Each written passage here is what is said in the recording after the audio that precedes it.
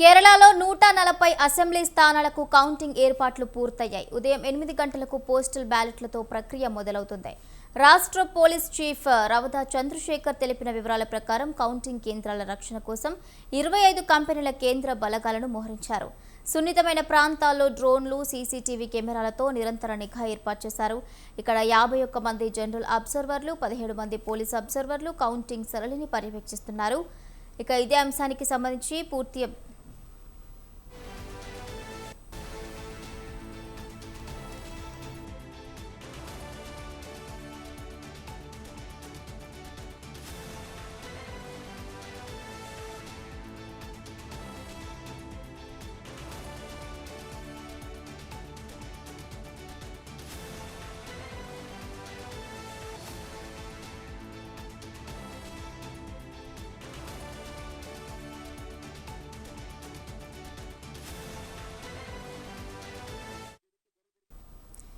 దేశంలో వామపక్షాలకు గుండెకాయ లాంటి రాష్ట్రాల్లో కేరళం ఒకటే. అటువంటి చోట వామపక్షాలకు ఈ దఫా గడ్డుకాలమని చెప్పాలి. ఎందుకంటే ఎగ్జిట్ పోల్స్ అంచనాలు యూడీఎఫ్కే మొగ్గు చూపాయి. 80 ఏళ్ల పినరయ్ విజయన్ కేరళలో 2 మార్లు అధికారంలోకి వచ్చి రికార్డు సృష్టించారు. మూడోసారి పదవిలోకి వచ్చి హ్యాట్రిక్ కొట్టాలని సూచిస్తున్నారు. కానీ ఎగ్జిట్ పోల్స్ అంచనాలు భిన్నంగా ఉన్నాయి. ఎగ్జిట్ పోల్స్ అంచనాలు నిజమైతే వామపక్షాలకు, ఆ పార్టీ అభిమానులకు చేదు గుళిక లాంటిదే. ఒకప్పుడు పశ్చిమ బెంగాల్, కేరళ, త్రిపుర లాంటి చోట్ల దశాబ్దాల పాటు తిరుగులేని అధికారాన్ని పార్టీ చరిత్ర దాదాపుగా ముగిసినట్లే అవుతుంది. కేరళం అసెంబ్లీ ఎన్నికల ఫలితాలపై కూడా ఆసక్తి నెలకొంది.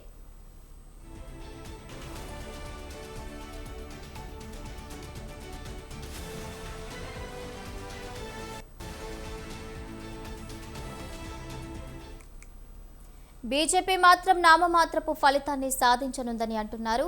అయితే 2 కూటముల మధ్య పోటీ కారణంగా బీజేపీ కింగ్ మేకర్ అయ్యే అవకాశాన్ని కొట్టిపారేలేం. కేరళ అసెంబ్లీలో 140 సీట్లున్నాయి. మెజారిటీ సాధించాలంటే 71 సీట్లు కావాలి. పోల్ ఆఫ్ పల్స్ ప్రకారం యూడీఎఫ్ కూటమికి 77 సీట్లు రావచ్చు. మ్యాజిక్ ఫిగర్ దాటితే వేరే పార్టీల మద్దతు అవసరం లేదు. పలు సంస్థల ఎగ్జిట్ పోల్స్ అంచనా ప్రకారం కేరళంలో ఈసారి అధికార ఎల్డీఎఫ్ కూటమికి విజయావకాశాలు తక్కువే. మరోవైపు కాంగ్రెస్ ఆధ్వర్యంలోని యూడీఎఫ్కు విజయావకాశాలు పెరిగాయి.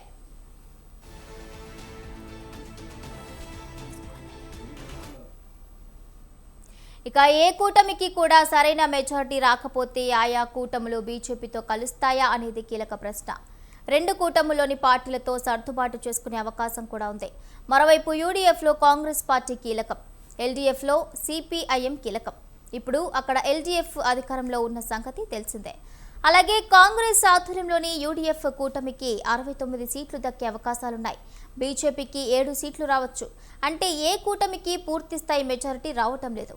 రెండిట్లో ఏ కూటమికి మెజారిటీ రాకపోతే బీజేపీ కింగ్ మేకర్ అయ్యే అవకాశాలున్నాయి.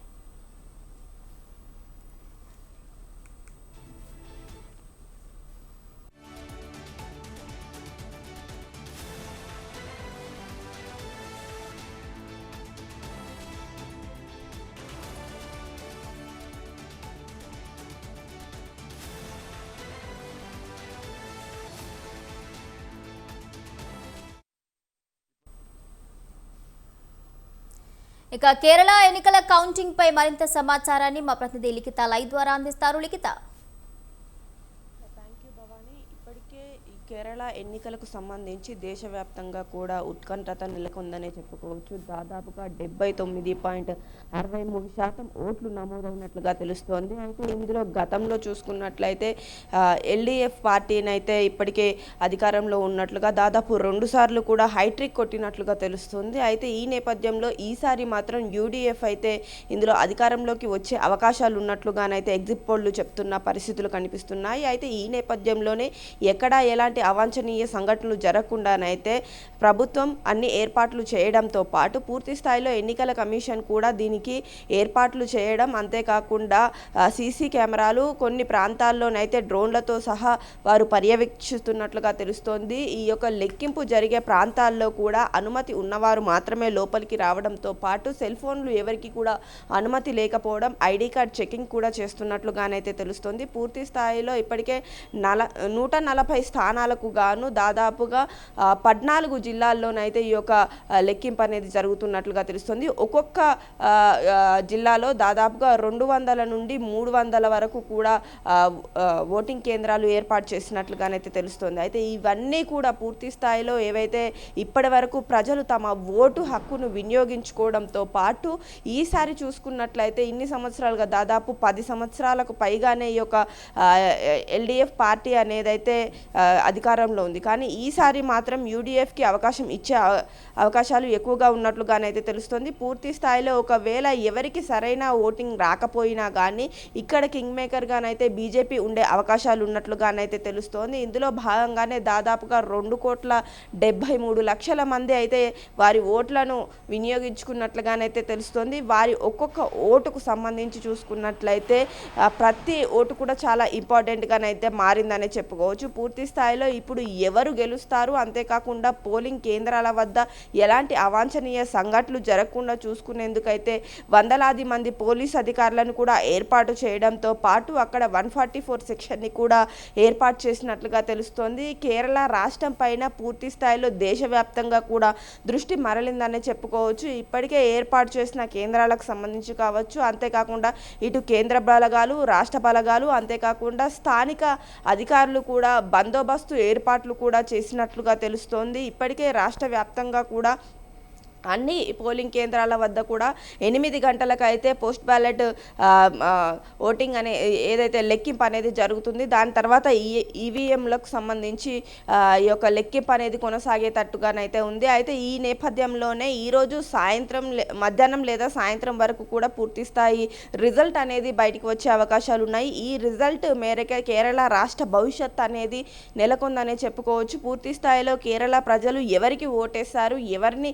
ముగ్గు చూపుతున్నారు అనే విషయంతో పాటు ఇటు దాదాపుగా ఏదైతే 10 సంవత్సరాల పాలనకు స్వస్తి చెప్తారా, లేకపోతే కొత్త పార్టీకి వీళ్ళు ఆహ్వానం పలుకుతారా, లేదా బీజేపీ ఇక్కడ కింగ్ మేకర్ అవుతుందా అనే విషయాలపైన ఆసక్తి అయితే నెలకొందనే చెప్పుకోవచ్చు. ఇప్పటికే దీనికి సంబంధించి అన్ని ఏర్పాట్లను చేయడంతో పాటు ప్రజల్లో కూడా కొంతవరకు ఉత్కంఠట నెలకొందని చెప్పుకోవచ్చు. దీనికి సంబంధించి కూడా ఇప్పటికే పలు ఎగ్జిట్ పోల్కు సంబంధించి కూడా ఇటు యూడిఎఫ్కు ఎక్కువగా ఛాన్సెస్ ఉన్నాయని కూడా చెప్తున్నారు. అయితే ఈ నేపథ్యంలోనే నిన్న సాయంత్రం చూసుకున్నట్లయితే ఎల్డిఎఫ్ పార్టీ నేత గత సీఎం కూడా ఆయన ఫేస్బుక్ కావచ్చు, అలాగే ఆయన ప్రధాన సోషల్ మీడియా వేదికకు కూడా ఆయన సీఎం అనే పదాన్ని తొలగించినట్లుగానైతే తెలుస్తోంది. అయితే ఈ తొలగించిన పదానికి సంబంధించి కొన్ని పార్టీలు కావచ్చు, ప్రతిపక్షాలు కావచ్చు భిన్నమైన అభిప్రాయాన్ని కూడా వ్యక్తపరుస్తున్న పరిస్థితులు నెలకొన్నాయి. అయితే ఇందులో భాగంగా వాళ్ళు ఓడిపోతారు కాబట్టే ఆ యొక్క సీఎం అనే పదాన్ని తీసివేయడం కావచ్చు, ఇతర పదాలను చేర్చుకునే అవకాశాలు కూడా ఉన్నాయంటూ చెప్పుకొస్తుంటే మరికొందరు మాత్రం ప్రస్తుతం ఓటింగ్ అనేది జరిగింది, డెఫినెట్గా దీనికి సంబంధించి ప్రజలు తీర్పు అనేది ఇస్తారు. సో ఈ యొక్క ఏదైతే ఆయన ఎలక్షన్ కమిషన్ రూల్స్ని కూడా పాటిస్తున్నారు, సో దీన్ని తప్పు పట్టవలసిన అవసరం లేదంటూ కూడా పార్టీ నేతలు చెప్పుకొస్తున్నారు. అయితే ఇందులో భాగంగా ఇక్కడ చూసుకున్నట్లయితే ఈరోజు జరిగే ఈ యొక్క లెక్కింపుకు సంబంధించి అయితే చాలా వరకు ఆసక్తి నెలకొనడంతో పాటు 5 రాష్ట్రాలకు సంబంధించి కూడా ఈరోజు రిజల్ట్ రావడంతో కూడా పూర్తి స్థాయిలో ఎన్నికల కమిషన్ ఈ ఏర్పాట్లతో సహా ఎక్కడా ఎలాంటి అవాంఛనీయ సంఘటనలు చూసుకోవడంతో పాటు ఇటు మిగతా రాష్ట్రాలకు సంబంధించి కూడా ఇదే విధంగా ఇటు వెళ్తున్నట్లుగానైతే తెలుస్తోంది. శాంతి భద్రతలను కాపాడే విధంగానైతే వారు ఏర్పాట్లు చేయడంతో పాటు పూర్తి స్థాయిలో ఈ ఎన్నికలకు సంబంధించి కావచ్చు, అలా విధంగా ఈ ఓటింగ్ కేంద్రాల వద్ద కూడా భారీగా సెక్యూరిటీని మోహరించినట్లుగా తెలుస్తోంది. ప్రశాంత వాతావరణంలోనైతే ఓటింగ్ అనేది కొనసాగినట్లుగా తెలుస్తోంది. ఇప్పుడు కౌంటింగ్కు సంబంధించి కూడా పూర్తి స్థాయి అలాంటి ఏర్పాట్లు, మరింత భద్రతా చర్యల ఏర్పాట్లు కావచ్చు, ఈ యొక్క లెక్కింపు జరిగిన తర్వాత జరిగే సెలబ్రేషన్స్ గురించి కావచ్చు, అదేవిధంగా ఇతర ఏర్పాట్లు కావచ్చు, అంటే ఎవరైతే ఓడిపోయిన వాళ్ళు ఉంటారో వాళ్లకు సంబంధించిన జాగ్రత్తలు కూడా తీసుకుంటున్నట్లుగానైతే తెలుస్తోంది. ఇప్పటికే చాలా వరకు చూసుకున్నట్లయితే గతాన్ని కూడా దృష్టిలో పెట్టుకొని మరింత పటిష్టమైన భద్రతా చర్యలు ఏర్పాటు చేయడంతో పాటు ప్రజలు ఇచ్చే నిర్ణయానికి సంబంధించి కూడా పూర్తి స్థాయి ఏర్పాట్లు, అంతేకాకుండా ఇటు ఎవరికి ఎలాంటి ఇబ్బంది కలగకుండా చూసుకునేందుకైతే 144 సెక్షన్ని ఏర్పాటు చేయడం, ఎక్కడ ఎవరు కూడా నలుగురు కలిసి నిలబడకూడదు, అంతేకాకుండా అవసరం ఉంటేనే బయటకు రండి. ఇక మిగతా సెలబ్రేషన్స్కి సంబంధించి ఈ కౌంటింగ్ ఏదైతే ఉందో ఆ కౌంటింగ్ సమయంలో కూడా చాలా జాగ్రత్తగా ఉండి ఇంట్లోనే ఉండి వీలైతే ఈ యొక్క కౌంటింగ్ని వీక్షించాలి. అంతేకాకుండా ఇంట్లోనే సెలబ్రేషన్స్ చేసుకోవడం మరింత మంచిదంటూ కూడా చెప్పుకుంటున్న పరిస్థితులు కనిపిస్తున్నాయి. Okay, thank you Likhita, thank you for the updates.